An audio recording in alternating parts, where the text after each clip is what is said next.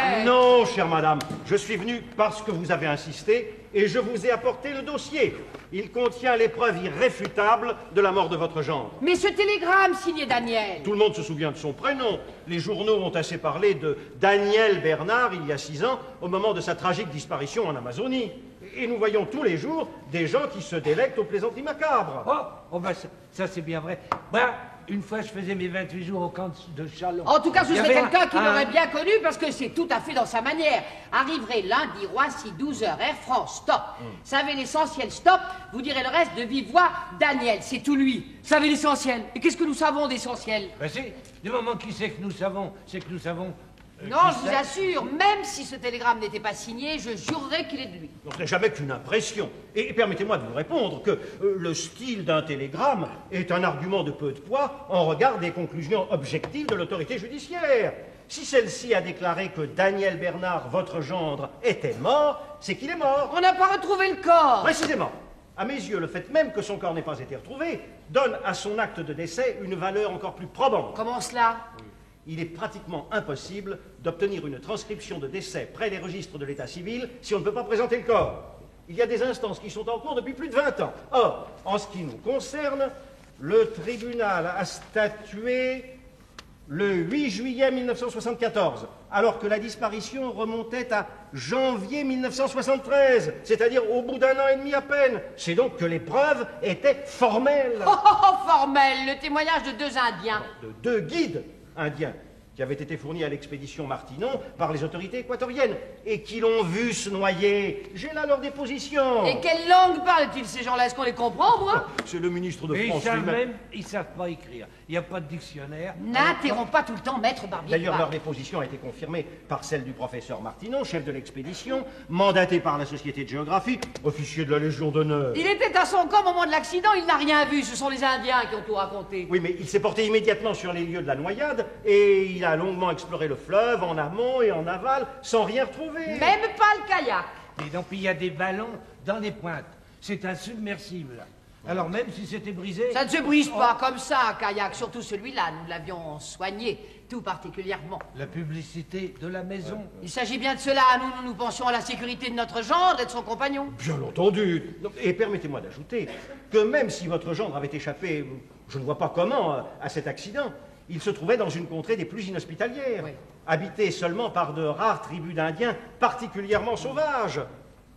Ces givaros pratiquent encore la réduction des têtes. Oh. Un homme blanc, désarmé, perdu dans la forêt vierge, n'aurait eu vraiment que très peu de chances de survivre. Ah oui. Et il nous en parlait tout le temps, vous savez, de ces réducteurs de tête. Il y avait des livres. Il y en avait de ces petites têtes qui étaient... Ouais, c'était pas plus grosses que le poing. Quand Julien ne me rappelle pas toutes ces horreurs, je n'y ai déjà que trop pensé. Bah, moi aussi, pauvre Daniel. Je frémis à la pensée que ma fille aurait pu être là au moment de l'arrivée du télégramme. Ah, évidemment, pour elle, c'eût été un choc. Ben, pour son mari.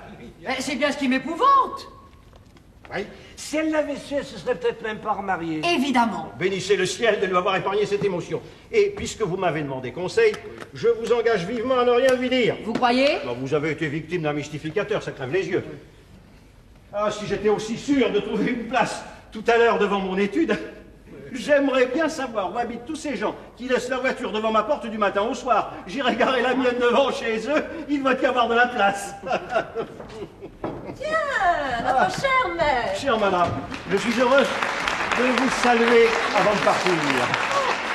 Comment de partir jamais de la vie? Vous allez déjeuner avec nous? Non, ce serait avec plaisir, mais il va être midi. Ah, justement, c'est l'heure idéale pour déjeuner. Mon mari est toujours aussi spirituel. Armand, mets 5 couverts, la cause est entendue. Mais non, je vous assure. Qu'est-ce que c'est que ce télégramme? Ce télégramme? Oui, Grousseau m'a dit qu'il était arrivé un télégramme pour moi. Ah, oui, je sais rien. Comment le sais-tu? Tu l'as ouvert? Non, ah non, je me serais pas permis. Non, c'est Maître Barbier Duval qui nous a conseillé. Ah, c'est Maître Barbier. Oui, Duval. oui, et si vous vouliez me faire plaisir, vous n'insisteriez pas pour en prendre connaissance. Oh, vous m'intriguez. C'est un télégramme de qui? Oh, sans doute d'un mauvais plaisant. C'est moi qui l'ai décacheté. Où est-il? Mais à quoi bon, puisque maître Barbier Duval te dit que... Ah non. Non. Je veux savoir de quoi il s'agit. Bah, montrez-le lui. Tiens. Elle verra bien que ce n'est pas sérieux. Ça vaut peut-être mieux.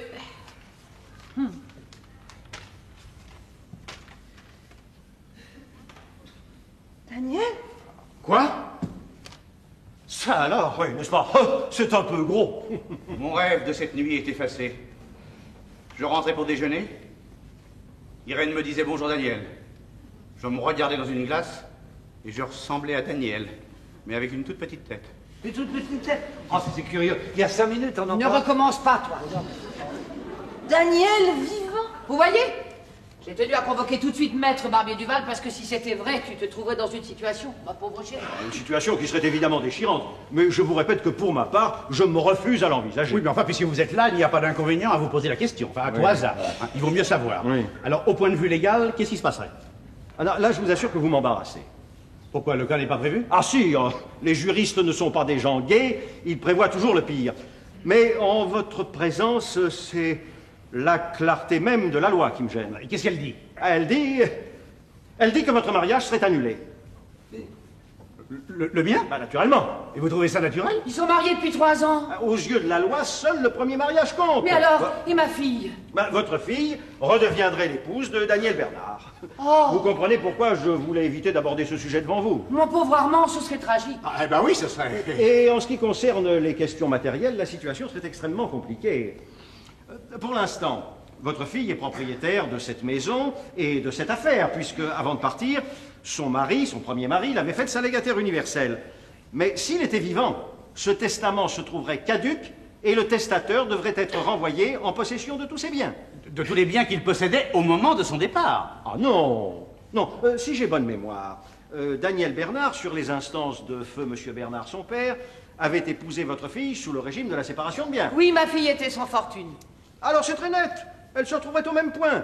L'affaire, la maison, tous les biens mobiliers et immobiliers feraient retour, en leur état actuel, au seul Daniel Bernard. En leur état actuel? Ben, c'est la loi. Oh, d'ailleurs, vous ne subiriez en définitive aucun préjudice. Redevenant l'épouse de Daniel Bernard, vous continueriez à bénéficier indirectement de la situation florissante de cette maison, ce qui ne serait que justice. Oui, non mais... Et moi? Ah, pour vous, ce serait différent. Vous aviez épousé, vous aussi, Madame Veuve Bernard, sous le régime de la séparation de biens. Oui. Oui. Et autant qu'il m'en souvienne, vous n'aviez pas à ce moment-là de fortune personnelle. Non. Ah, il était contremaître au chantier. Oui, c'est évidemment fâcheux. Si vous aviez eu une fortune personnelle investie dans l'affaire, vous pourriez revendiquer une part de son augmentation de capital. Mais comme ce n'est pas le cas, c'est vous qui seriez le plus gravement lésé. En fait, il ne vous resterait rien. Vous savez, moi, dès l'instant où j'aurais perdu Irène, le reste... Oh, cher Armand. J'étais sûre que tu allais dire ça. Il est comme nous. Dans ces moments-là, nous voyons tous combien l'argent est peu de choses. Ah oui, parce qu'on a si vite fait de le perdre. Non, vous n'en êtes pas là. Non, je vous ai donné toutes ces explications pour vous faire plaisir, mais ma conviction demeure entière. Ce télégramme n'est qu'une farce odieuse, dont l'auteur mériterait d'être poursuivi. Je suis d'ailleurs persuadé qu'il s'en tiendra là et que vous n'en entendrez plus parler. Un de mes clients a eu une aventure qui me rappelle beaucoup la vôtre. Une histoire tendante. On va continuer ça. C'était un... Oui, bah je vous la raconterai une autre fois. Il doit être très tard. Oh, bientôt la nuit. Je regrette vivement de ne pouvoir accepter votre aimable invitation, mais je vous la rappellerai sûrement un de ces jours. Nous y comptons bien. Chère madame, Merci de vous être dérangé, maître. c'est la moindre des choses. Mes hommages, madame. Armand, raccompagne Maître Barbier-Duval. Non, ne vous donnez pas la peine. Messieurs, bon appétit. Merci. Vous aussi. Et attention, Oui. parce que le loquet a Oui, besoin... oui, je sais. À bientôt.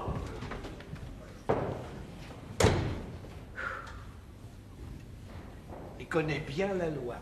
Il ne connaît même que ça. Quel être déplaisant. Et il a fallu que tu parles de ce télégramme. Je ne t'aurais rien dit et tu ne te serais pas tourmenté probablement pour rien. Oh, probablement. Tu sais combien je suis intuitive. Je sens quelque chose. Ce télégramme est de Daniel. Mais nous en venons toujours au même point. Pourquoi ne donnerait-il des nouvelles qu'au bout de 6 ans? Mais il peut peut-être pas en donner. Comment il pouvait pas? Mais s'il n'était pas mort, il était vivant. S'il était vivant, il pouvait écrire. Vous croyez que dans la forêt vierge, il y a des boîtes à lettres accrochées à tous les arbres? Oh, en plaisante, toi. Oh, il était peut-être malade, agonisant. On n'agonise pas pendant 6 ans. On peut ne pas se rappeler. Te rappeler quoi? Eh ben rien. Justement, il y a des gens, après un accident, ils se souviennent de rien. Bah oui, dans tous les hôpitaux psychiatriques, il y a des malades qui ne savent même plus qui ils sont. Tiens, on a vu un film à la télé l'autre jour. Oui, c'est un prisonnier. Il a perdu la mémoire à l'hôpital. Et c'est pas parce qu'il était à l'hôpital qu'il avait perdu la mémoire. C'est le contraire, c'est parce qu'il avait perdu la mémoire. Ouh, que tu me fatigues. Il est malade, malade. Une explication qui n'explique rien. Si les Indiens l'avaient recueilli malade, on l'aurait su. Il faut être logique, hein. S'il est vivant, alors qu'on le croit mort depuis 6 ans, c'est qu'il a voulu qu'on le croie mort. Mais pourquoi aurait-il fait une chose pareille? Il se doutait peut-être de quelque chose, il aurait fait ça pour se venger. Se venger? Eh oui. Après ce que nous avions fait pour lui, ah, ce serait le comble. Oui, nous déchargeons de tout souci, de toute responsabilité, il avait qu'à se laisser vivre. Et il arriverait ici en justicier? Monte Cristo? Tu trouves ça drôle, toi? Oh oui, si vous avez tellement l'air d'avoir peur toutes les deux. Oh, tout de même, ce pauvre Daniel, lui qui était si gentil, comment voulez-vous? En tout cas, il trouverait à qui parler. Ah oui, alors, il serait bien reçu. Ah oui. C'est moi.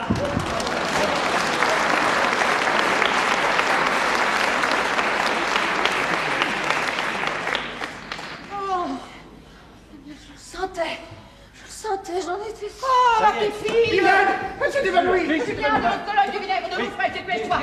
Fais ce que je te dis! Soulevez-lui la tête! Voilà. Mais non, n'approchez pas en avant, vous êtes maladroit, ouvrez la porte de Hitler! Oui, attendez. Pardon. vous en prie. Oui, c'est parce qu'il lui faut de l'air. Peut-être ouvrir la fenêtre alors. Oui, Non, mais ça fait des courants d'air, qu'est-ce qu'il fiche, Julien? Voilà. Allez, tiens-lui la tête, tiens-lui la Une tête. serviette et puis de l'autre collègue. Voilà. Voilà, peut-être l'étendre. Voilà, attends, voilà, c'est... Ne lui tapotez pas les mains, ça ne sert à rien. Pourtant dans les syncopes... Ôtez-vous de là, ne faites pas la bouche du coche. N'aie pas peur, ma chérie, va, ça va mieux, ça va mieux. Voilà, ça y est. Ces couleurs reviennent. Voilà. N'aie pas peur, je suis là. Nous sommes là. Nous sommes tous là. Mais allez-vous-en, vous voyez bien que vous lui faites peur. Ah ben, excusez-moi, je pensais pas que ça allait lui produire un Il tel parle! effet. Il parle, je l'entends parler, c'est sa voix. Oh, c'est une hallucination. Oui, absolument. Je suis vraiment navré, hein. Non, allez-vous vous taire à la fin. Taisez-vous plus un mot, hein. C'est pas une hallucination, il est là. Alors c'est pas une raison pour te conduire comme une mauviette. Allez, relève-toi, tu vas finir par me faire honte. Dites donc, je ferais peut-être bien de revenir un peu plus tard, moi, non? Oui, si. Après 6 ans d'absence, on n'est pas une demi-heure. Et toi aussi, tais-toi. Alors, vous avez failli tuer ma fille. J'espère que vous avez quelque chose à dire. Oui, je suis bien sûr, hein. Vous ne supposiez tout de même pas qu'on allait vous faire des compliments? Mais t'es complètement inconscient, ma parole. Tu fais le bar pendant 6 ans sans t'inquiéter de moi? Sans te demander comment je pouvais vivre toute seule? Mais pourquoi voulais-tu que je m'inquiète? Je me disais là, Armand. Bah, tu vas pas prétendre que tu étais au courant? Vous ne pouviez vous douter de rien. Oui, ça nous faisions très attention. Il n'y avait rien entre eux. Si, une fois, moi, je t'avais fait remarquer... Absolument rien, je ne l'eusse pas permis. Oui, vous, la mère Macrel, ça suffit, hein. Prenez pas vos grands airs.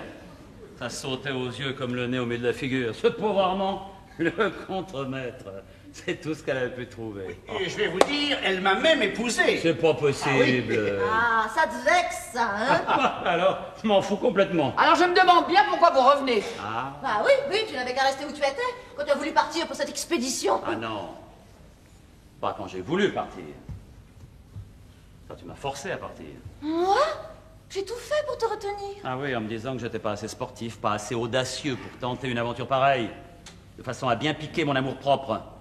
D'ailleurs, tu me connaissais bien, j'ai marché comme un bébé. J'ai même failli y rester. Parce que vous n'étiez pas de taille. Oui. Ah oui, Martineau est revenu, il n'a pas chaviré, lui. Ah, chavira avec un kayak Bernard, le plus stable et le plus solide du monde. Ah bah parlons-en, une belle saloperie, oui. Il est parti en lambeaux immédiatement. Je vous l'avais dit qu'il se déchirerait, qu'il fallait mettre 7 épaisseurs de tissu au lieu de 5. C'était aussi mon impression. Seulement, comme j'ai que des idées idiotes, je les ai gardées pour moi. Tu as aussi bien fait. Non, il fallait que ce fût un modèle de série. Sinon, ça ne voulait rien dire. Vous comprenez? Oui, et puis c'était plus sûr. Seulement, je suis revenu. Alors, c'est raté. Et toi, tu l'as touché, l'héritage? Évidemment. Il va falloir le rendre. Passons la monnaie, toute la monnaie, celle qu'il y avait dans la caisse, et celle que vous avez gagnée depuis sur le dos du pauvre mort. Quant au second mariage annulé, hein. Il a l'air fin, le numéro 2, hein. Qu'est-ce que je vais devenir, moi, alors? Vous, c'est ça. Vous voyez la porte qui est là, c'est tout droit. Vous c'est avez là. 2 marches à monter, vous êtes dehors tout de suite. Non, mais, j'ai travaillé, moi. Je vais prospérer cette affaire. C'est pas ridicule, vous n'êtes qu'un sous-ordre ici. Oui, c'est maman et moi qui avons tout fait marcher. Et nous nous retrouverions sans rien, ah, ce serait un peu fort. Alors, vous n'oseriez tout de même... Comment j'oserais pas? Vous, le mari, je vous l'ai dit à la porte, immédiatement. Et vous ensuite, les 2 parasites. Parasite? Oh, bah. Dites donc, comment vous appelez ça, vous? Quand j'ai épousé Irène, qui n'avait pas un sou, vous êtes venu vous installer chez moi, vous goberger à ma table, hein? Vous tapiez même dans la caisse pendant que je travaillais comme un nègre. Oh. Et vous preniez vos grands airs, et vous critiquiez tout, et vous me donniez des leçons. Alors maintenant à la porte et plus vite que ça. Je ne tolérerai pas, oui, monsieur. Ouais, hein, puis avec mon pied quelque part en plus. Il a l'air de savoir ce qu'il veut. T'imagines que nous allons nous laisser faire, mais qu'est-ce que tu crois? Tu fais fanfaron comme ça, mais tu n'es qu'un pantin. Nous t'avons toujours mené par le bout du nez. Ah, quand vous êtes parti, il y avait déjà 2 ans qu'elle vous trompait avec Armand. Eh oui, j'ai du tempérament, moi. Armand aussi, je le trompe. Ah. Comment tu... Quoi, comment? Qu'est-ce que ça peut te faire? Oui, avec Forestier. Oui, c'est le représentant des hors-bords. Eh ben, il a l'air bête, cet homme-là. Surtout quand j'arrive inopinément dans le bureau. Il faudra vous y habituer. Moi, j'ai trompé Julien toute sa vie, il ne s'en porte pas plus mal pour ça. Au contraire, même, ça repose.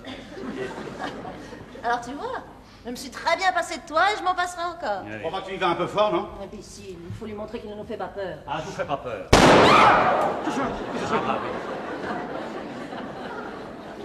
Ah, je sais bien, ça surprend. Ça fait 15 jours que j'ai tué personne. Ça commence à devenir monotone. Allons, Il vous peut en- commencer. Allons-vous ici. Allons, ça va mal tourner. Ah, non, mais pas elle. Parce que elle, je la garde. Je m'y oppose. Et taisez-vous donc, s'il la garde, rien n'est perdu. Seulement, je la garde comme bonne. Quoi? Comme bonne. Il va falloir que ça roule ici, hein. Tu sais ce qu'elles font, les femmes de Givaros? Là-bas? Eh ben, elles font la cuisine, naturellement, le ménage, les vêtements.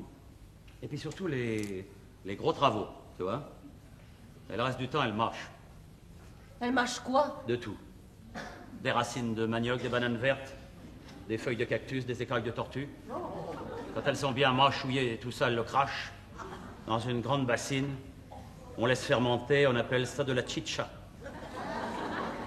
J'en bois, moi, tous les jours là-bas. Ah, c'est le vrai sauvage. Et pour la fête de la pleine lune, le mari invite ses amis à venir battre sa femme. Oh, c'est demain, la pleine lune. Ah. Alors, j'aurais peut-être pas le temps d'envoyer les invitations, vous voyez? Eh ben, tant pis. Je te battrai seul. Mais plus longtemps.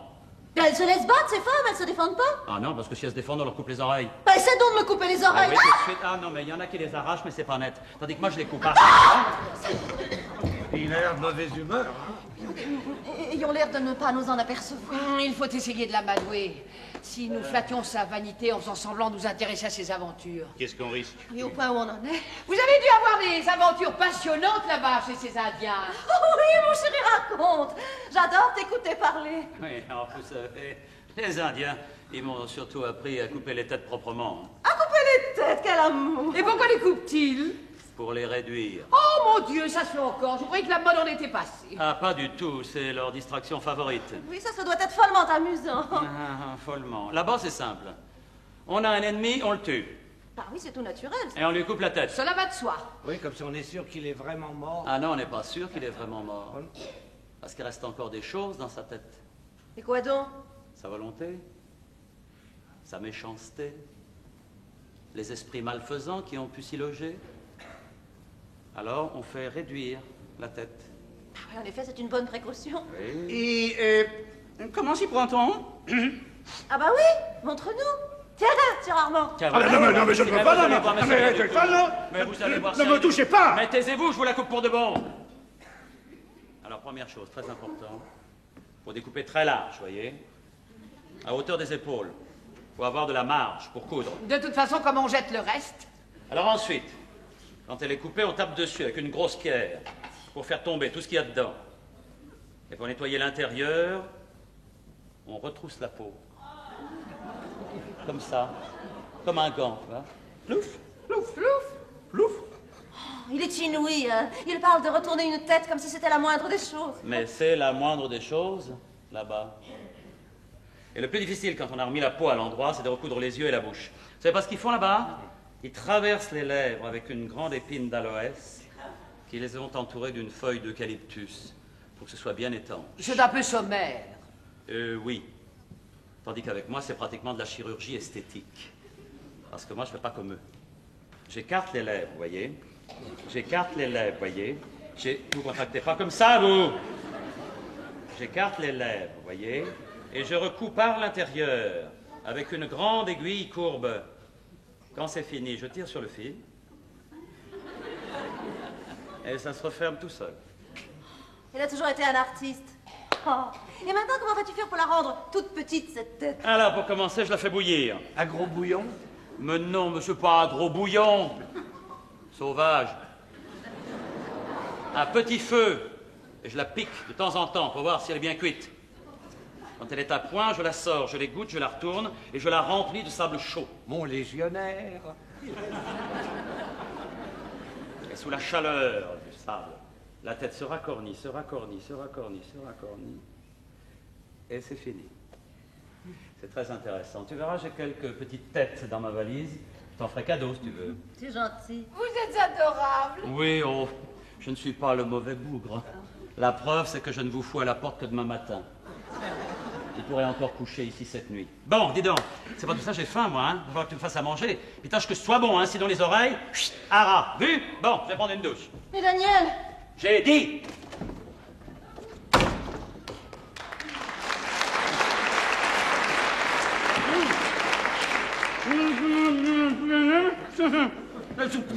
C'était pas la peine de s'abaisser devant lui, ça n'a rien donné.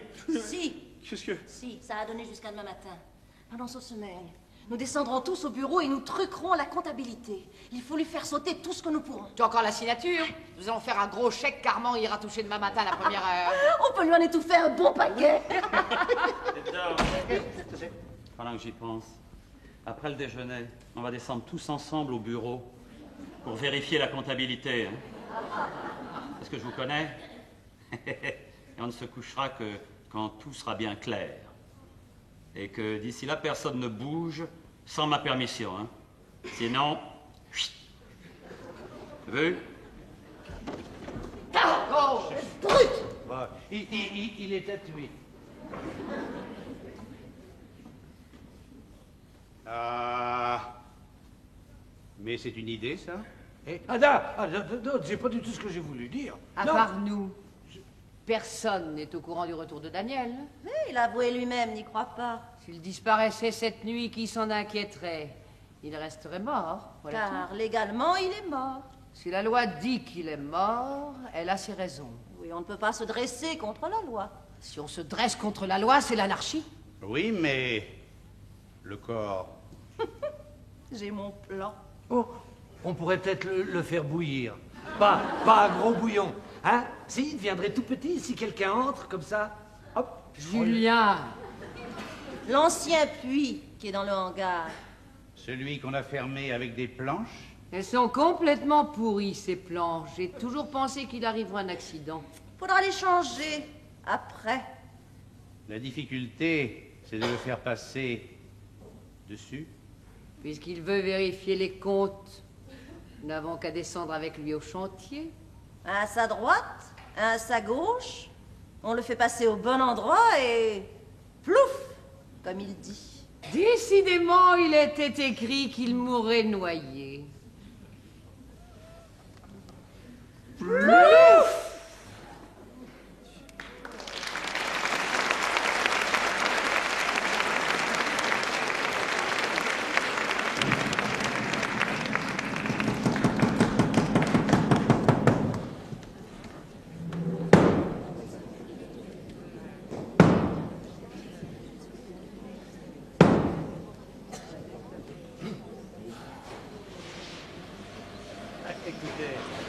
Qu'est-ce que vous voulez que je vous dise, moi?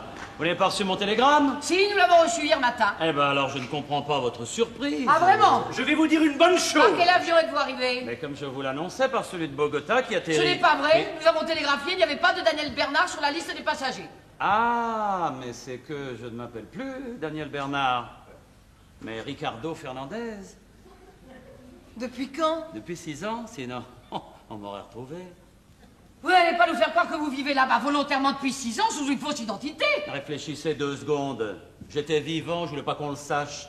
Fallait bien que je change de nom. Mais pourquoi aurais-tu fait une chose pareille? Oh, pourquoi? C'est de l'histoire ancienne. Tenons-nous-en à l'actualité. Et le fait du jour, c'est que je suis là. Mais comment peux-tu être là? Ah, Vous vous êtes noyé. bah vous voyez bien que non. Ah, ne commençons pas, hein. Vous êtes noyés. Des Indiens vous ont vu vous noyer. Nous avons lu tous les rapports, ils sont formels. Alors, Daniel, tu dois comprendre dans quel état nous sommes. Ah bah je m'en aperçois. Hein. Te voir là, après 6 ans de silence, alors qu'on te croyait mort. Et t'entendons nous dire que tu restais volontairement caché, comme si c'était tout naturel. Tu vas voir que c'est difficile à avaler. Eh ben, c'est pourtant la stricte vérité. Mais non, ne t'obstine pas, ce serait absurde, il y a une autre raison. Bah, pourquoi? Mais si, tu as été malade. Oh, Mais si, incapable de donner tes nouvelles, tu as perdu la mémoire. mais pas du tout, je t'assure que je me porte très bien et que ma mémoire n'a jamais eu de défaillance. Alors quoi Quoi Que vous est-il arrivé? Je sais pas si ça va vous amuser beaucoup. Mais enfin, puisque vous y tenez... Ah oui, oui. Alors, asseyez-vous, parce que pour que vous compreniez bien, il faut que je reprenne depuis le commencement. Alors, ça nous ramène au 18 janvier 1973. Ah, c'est le jour de l'accident. Voilà, le matin, nous avions établi notre camp sur la rive gauche du Maranou avec le professeur Martinon. Une clairière superbe, d'ailleurs, qui descendait en pente douce vers le fleuve. Les perroquets bavardaient dans les hibiscus. Oh, je vous en prie, ne vous perdez pas dans les détails. Oui, je n'en parle. Alors, je lui ai proposé d'explorer un affluent proche sur les rives duquel je pensais trouver des Tarahumara. Des quoi? Des Tarahumara. C'est une tribu indienne. N'interromps pas tout le temps. Alors, vous ne savez pas ce qu'il m'a répondu, le professeur Martinon, non? Il m'a répondu, vous avez raison. C'est par là qu'il faut commencer. Et alors? Alors, rien. Mais ça m'a fait plaisir. D'autant plus qu'il a ajouté, je ne regrette pas de vous avoir emmené, je suis sûr que nous allons faire du bon travail ensemble. C'est vrai, vous avez des qualités d'audace, d'initiative, qui font les grands explorateurs. En effet, quelle mémoire. Ah, bah, et ça, je pouvais pas l'oublier, hein. Venant du professeur Martinon, ça avait du prix, hein. C'est que c'est quelqu'un, Martinon. Ah ben, il en était à sa 6e expédition, lui. Ses ouvrages sur les civilisations incas font autorité. C'est un esprit éminent. Oui, ça nous n'en doutons pas, mais enfin, tu pourrais passer directement à... Mais pardon, excusez-moi. Alors je lui ai répondu qu'il s'exagérait peut-être un peu mes mérites, mais pas du tout. Mais il s'est presque fâché. Mais il m'a dit, mais non, mais vous êtes trop modeste. Vous avez l'esprit scientifique, de l'initiative. Vous êtes un grand sportif. Kayakiste hors ligne. J'ai rarement vu autant de qualités réunies chez un seul homme. Oh, t'es vraiment très aimable. Merveilleux, hein? D'autant qu'il a conclu, vous allez m'être non seulement utile, mais indispensable. Alors là, j'ai pris mon kayak, suivi de nos 2 guides indiens dans leur pirogue, et vers midi, nous nous sommes arrêtés sur les bords du gouffre dont vous avez entendu parler. Ah, nous y arrivons. Nous y sommes. Alors pour commencer, on a détruit le kayak. Quoi? Oui, ça a même été le plus difficile. Entre parenthèses, vous aviez raison, hein? 5 épaisseurs, c'est bien suffisant, hein? Alors j'ai fait cadeau d'une grande bande de tissu rouge et vert qui tentait les Indiens, et puis 2 bouteilles de whisky pour qu'ils disent partout qu'ils m'avaient vu me noyer. Et je suis parti. Voilà. Enfin, qu'est-ce que ça veut dire? Qu'est-ce que c'est que cette histoire? Ça n'a ni queue ni tête. Là, ça tient pas debout, hein. Ah oui, Martinon vient de te dire que tu étais indispensable. Tu en es tout fier et tout content. Conclusion, vous le plantez là, vous détruisez le kayak et vous partez. Dans la forêt vierge? Oh, à pied. Eh ben, à pied, comment voulez-vous que je parte autrement? Mais tu vas voir, c'est pas normal. Vous avez une insolation? Le coup de bambou? Les fièvres. Non. Non, il venait de se produire dans mon existence un événement capital. Quel événement? Ben voilà.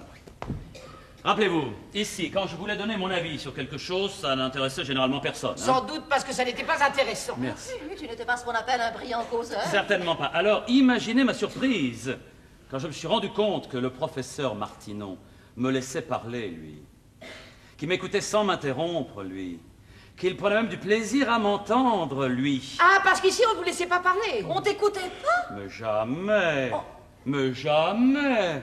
Vous entendez vaguement les premiers mots comme ça. À partir de ce moment-là, vous n'écoutez plus. Vous cherchez comment vous allez pouvoir dire le contraire. Et dans la plupart des cas, vous y réussissez très bien, d'ailleurs. D'après vous, nous avons l'esprit de contradiction. Mais absolument. Tiens, toi, quand je voulais te faire faire quelque chose, je m'amusais à te suggérer le contraire. Eh ben, tu prenais immédiatement le contre-pied et j'avais gagné. Je ne me croyais pas si naïve. Enfin, vous ne prétendez pas nous faire croire que vous avez pris une décision aussi extravagante simplement parce qu'ici, on n'était pas toujours de votre avis. Ce serait loufoque. Ah, mais je vous avais prévenu, c'est très rigolo. Mais là, alors, ça m'a éclaté dans la tête, c'est quand Martinon m'a dit qu'il me tenait en haute estime et qu'il appréciait beaucoup mon intelligence. Ah, parce que nous n'apprécions pas ton intelligence. Tu sais bien ce que j'étais dans cette maison, non? Mais tu étais le directeur. Le directeur. Le directeur en titre, oui. Mais en fait, j'étais rien. Chaque fois qu'il y avait une décision à prendre, c'est à toi qu'on s'adressait. Hein? À qui la faute? Vous n'aviez aucune autorité. Oui, devant tout le monde, tu avais l'air d'un petit garçon. Quand tu étais là. Dès que j'ouvrais la bouche pour parler, tu me regardais avec un air tellement navré, comme si j'allais dire une incongruité, que forcément, moi, je me troublais, je bafouillais, de sorte qu'aux yeux des gens, j'avais l'air d'un parfait crétin. Mais c'est toi qui imaginais ça. Vous aviez un complexe. Voilà. Et c'est très inconfortable, un complexe. Ça vous coupe tous vos moyens. J'osais plus parler, moi. À chaque fois que j'avais une idée, j'étais tellement sûr que vous alliez la trouver stupide que je la gardais pour moi. Et peu à peu, j'étais arrivé à plus en avoir du tout. Croyez-vous que c'est drôle? C'est irrésistible. Oui. Et elles vous sont revenues comme ça, tout à coup, vos idées? Ah oui, ça a été une illumination. Un jour, je me suis dit, voilà. Ou bien tu rentres à Nogent-sur-Marne après l'expédition, et alors là, dans 10 ans, elles t'ont complètement abruti. Ou bien tu fais le plongeon, et l'avenir est à toi. Le plongeon? Le plongeon. Ah oui, le plongeon, c'est une expression péruvienne. Vous savez, tous les jours dans les journaux, on lit qu'un monsieur a disparu sans qu'on sache ni pourquoi ni comment. Là-bas, ils appellent ça faire le plongeon. C'est ce que j'ai fait. Pas dans la rivière, c'est pas la peine, directement dans la nature. Un petit trou dans les broussailles qui s'est refermé derrière moi. Et c'était fini. Daniel Bernard était mort. Mais moi, j'étais sauvé. Détendu, léger, décomplexé. Si vous saviez ce que c'est bon. Eh ben, mon vieux, hein. J'ai déjà vu les types culottés, mais alors là... Vous êtes un voyou. Oui, ah oui. Votre cynisme est révoltant. Oui, révoltant alors. Oh, ah non, c'est comique. Pauvre imbécile. Tu as de quoi être fier. Oh, oh, le plongeon. Mais tel que je te connais, tu n'as pas dû être long à le regretter. Vous, tout seul au milieu des sauvages, courageux comme vous êtes. Ça n'a pas dû être drôle tous les jours? Oh non, j'étais pas à plaindre. Même quand je me suis retrouvé en prison à Lima en train de raconter mon histoire au policier chargé de m'interroger, ça lui a tellement plu qu'il a insisté pour me faire des faux papiers. Je me demande bien ce qui a pu lui plaire, oui. À la similitude de nos deux cas. Parce que lui aussi, il avait fait le plongeon. Alors il m'a emmené à son club. Son club? Le club des amis des plongeurs. C'est là-bas que les citoyens de Lima se réunissent. Enfin, tous ceux qui ont fait comme moi. Qui sont partis sans laisser d'adresse. Jolie société. Ils ont un club. Et ils sont nombreux? 250 environ, venus de tous les coins du monde. Ce club a été fondé pour permettre aux plongeurs qui émergent et leur faciliter leur réintégration dans leur nouvelle vie. Ah, heureusement, parce que tout seul, tu t'en serais jamais sorti. Il n'y a qu'à penser à ce que serait devenue l'affaire de votre père si nous n'avions pas été là. Tu as de la chance qu'il soit né avant toi et qu'il t'ait laissé cette maison. Oui, depuis votre départ, elle a marché aussi bien que lorsque vous étiez là. Ah oui, presque mieux. Oh, tiens, tu me fais pitié. Tu es bien bonne. Bon, dites-donc maintenant, ça suffit, hein. Moi aussi, je vais vous dire ce que je pense. Si vous le prenez sur ce ton-là. Parce que jusqu'à maintenant, je voulais envelopper dans du papier de soie. Mais maintenant, c'est terminé. Quand je parle, on ne coupe plus la parole. Alors, je vous disais, depuis 6 ans, j'ai pas perdu mon temps, moi aussi j'ai fait mes preuves. Et j'ai pas mal de nouveau à vous apprendre. Nous aussi, figure-toi. Parce que vous supposez peut-être qu'ici, il ne s'était rien passé. Oh non, non, parce qu'avant de partir, je m'étais abonné à une agence de renseignement, justement, pour me tenir au courant de ce qui se passerait ici. C'est par elle que j'ai appris tes fiançailles, d'ailleurs. Tu as appris mes fiançailles. Et Oui. ça ne vous a rien fait? Ah si, ça m'a fait de la peine. Ah, tout de même. Pour Armand. Ah bah oui, je me suis dit, voilà un garçon sensible comme moi, influençable, elles vont lui foutre le complexe. Eh ben je m'étais pas trompé, il est foutu. Foutu? Comment ça, je suis foutu? Mais oui, vous êtes foutu. Écoute, je te prie de laisser Armand Ne tranquille. l'écoutez pas, ne lui répondez pas, nous sommes là pour vous défendre. Ah parce qu'il peut même plus se défendre tout seul. Mais dites donc, c'est encore plus grave que je pensais. Vous n'avez plus droit à la parole.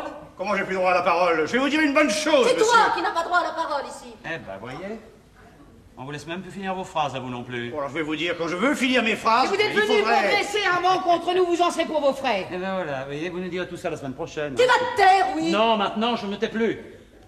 Quand j'ai quelque chose à dire, je le dis jusqu'au bout. Et donc, méfiez-vous, mon vieux, hein. Vous en êtes au point où j'en étais quand je suis parti.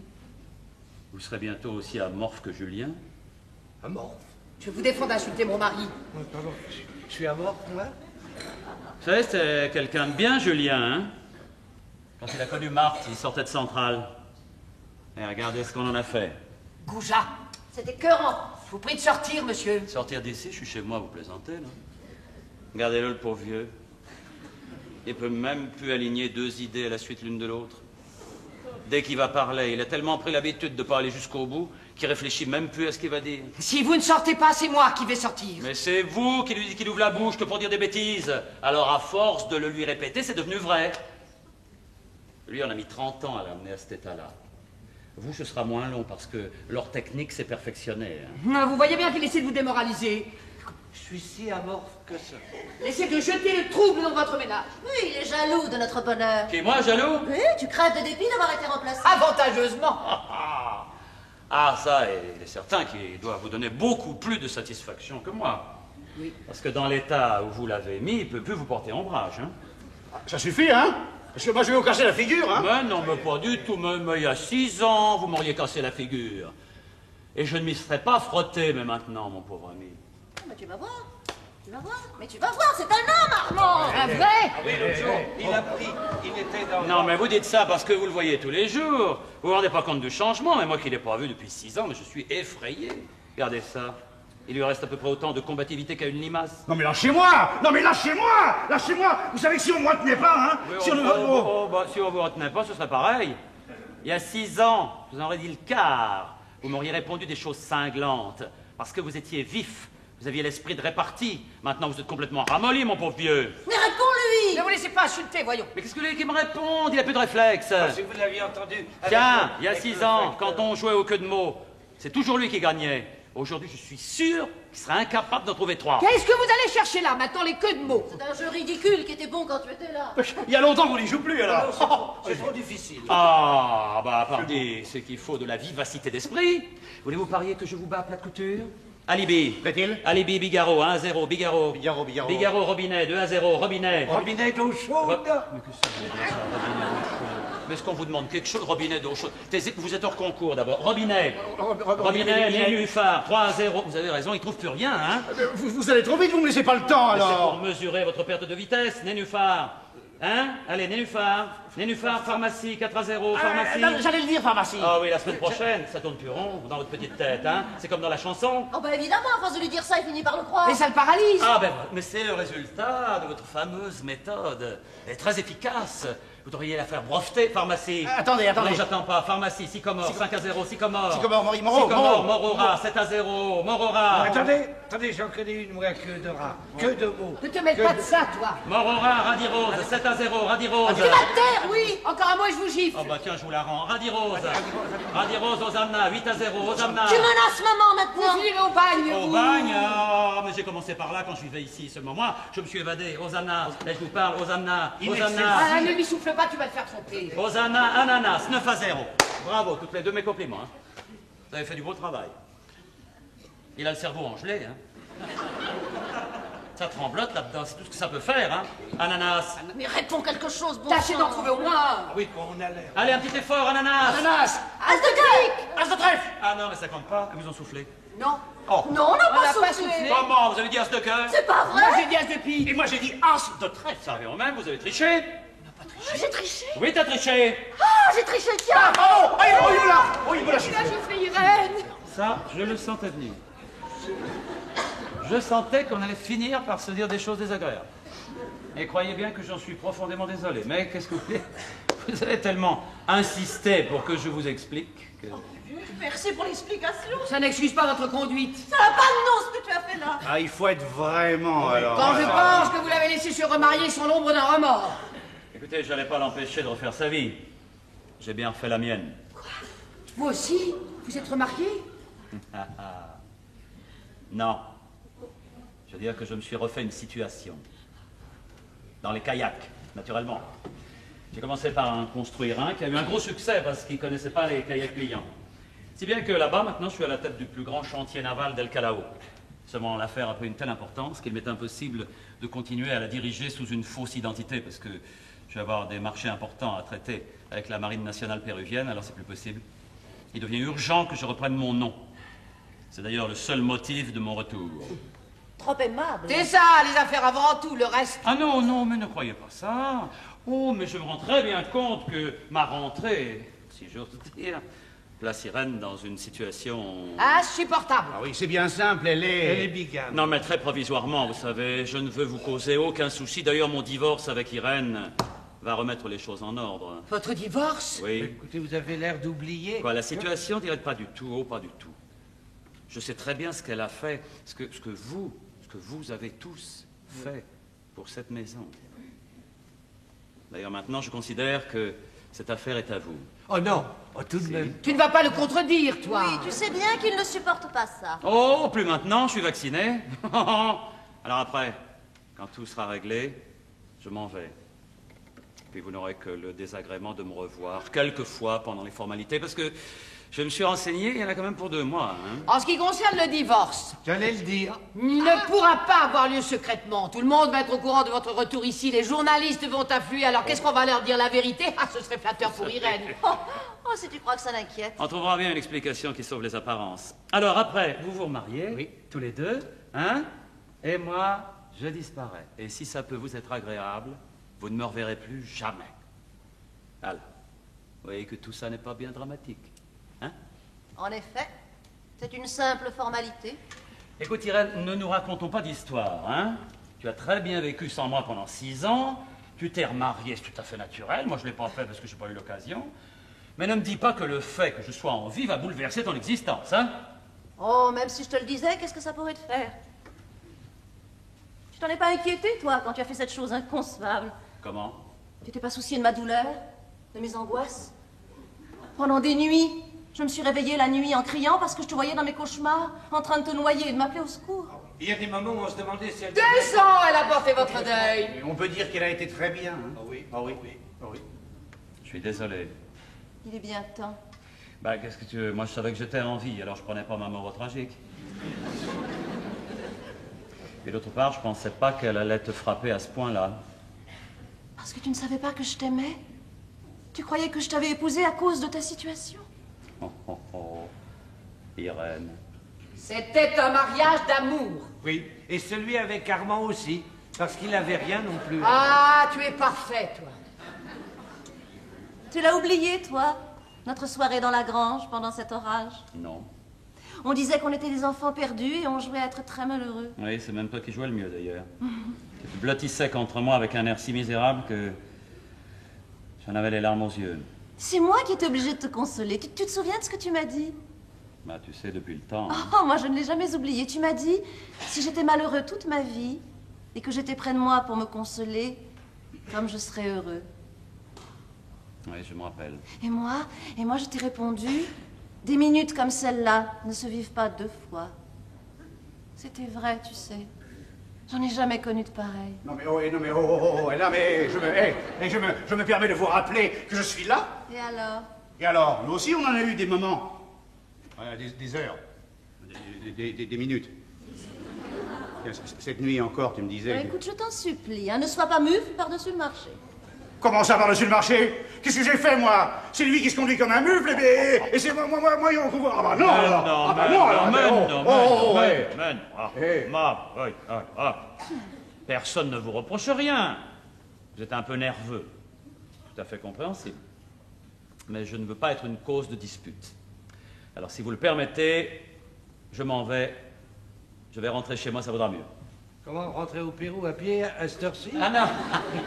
Non, quand je dis rentrer chez moi, c'est une façon de parler. Non, j'ai pris un appartement au Ritz. Oh, c'est une bonne idée que vous avez eue là. C'est un bel appart. C'est un bel hôtel. Ah, tu trouves que c'est une bonne idée, toi, le Ritz, pour passer inaperçu, pour que le scandale éclate avant que nous ayons eu le temps d'inventer une histoire plausible. Fais attention, mon ami, le gâtisme te guette. Ça, il y a peu de chance pour que je rencontre quelqu'un qui me reconnaisse, parce qu'au bout de 6 ans, j'ai quand même dû beaucoup changer. Hein. Non, vous avez vieilli, comme tout le monde. Oui. Décidément, ce soir, tu te surpasses. Tu n'as pas du tout changé. Tu trouves? Toi non plus, d'ailleurs, j'ai l'impression de t'avoir quitté avant-hier. Non mais ça va pas... Ah non, bon, je vais demander un taxi. Pas pour aller au Ritz, en tout cas. Écoutez, n'importe où j'irai, je risque de rencontrer quelqu'un. moi. N'importe où, c'est vrai. Hein? Sauf ici. Ici? Pourquoi pas? Ma présence t'est désagréable à ce point? Ah non, pas du tout, au contraire.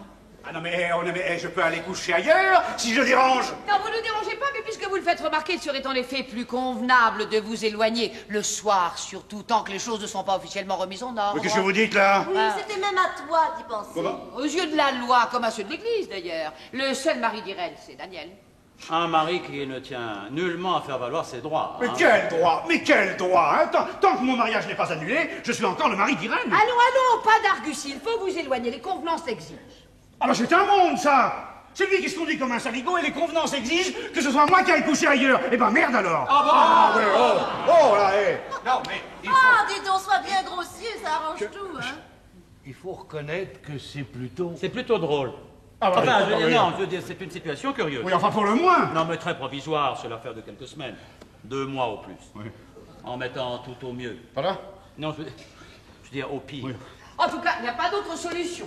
Oui, l'ennui, c'est que mes bagages sont déjà au Ritz. Bah, je vais aller les chercher, là. Non, pour te faire remarquer, non. Armand, tu vas prendre la voiture et tu les ramèneras, hein. Ah parce que je ferai ces courses en plus? Non mais vous m'avez regardé. Écoutez, je préfère encore aller faire un tour dehors parce qu'on ne me connaît pas. On ne me connaît pas. Je peux tout casser ici, moi.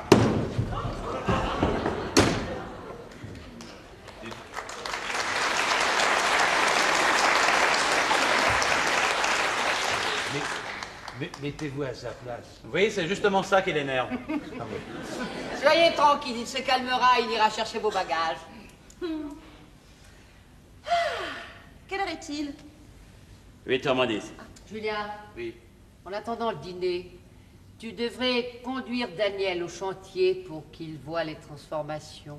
Ah bah oui. Oh Daniel, on ira aussi jusqu'au vieux pont, hein, comme on faisait autrefois après le travail. Très bonne idée. Très bonne idée, allons-y. Oui. Ah, ça va me rajeunir. Eh, le vieux pont, ça aussi c'est un souvenir. Le vieux pont? Oui, quand j'étais petit, c'est là que mon papa m'apprenait à plonger. Dans l'eau. Dans l'eau.